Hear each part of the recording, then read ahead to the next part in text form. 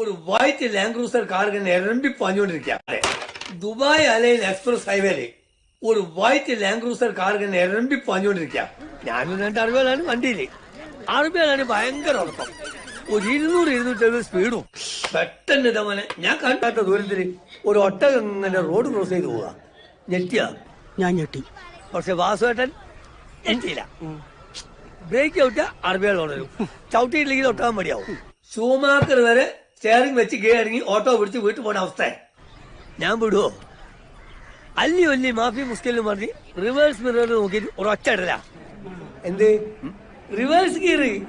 ആ, വണ്ടി പിന്നിലേക്കും ഒട്ടകം മുന്നിലേക്കും. ഈ സമയത്ത് കോട്ട് വായിടാൻ വേണ്ടി കണ്ണു തുറന്ന ഒരു അറബി കണ്ടിട്ട് എന്റെ തോട്ട് തട്ടിട്ട് പറയാ വെൽ ഡൺ വാസു. ഇതാണ് വാസു. മൂപ്പരുടെ എല്ലാ വിടൽസ് കഥകളുടെ അവസാനം ആരെങ്കിലും ആളുടെ തൊഴിൽ തട്ടിയിട്ട് പറയും വെൽ ഡൺ വാസു.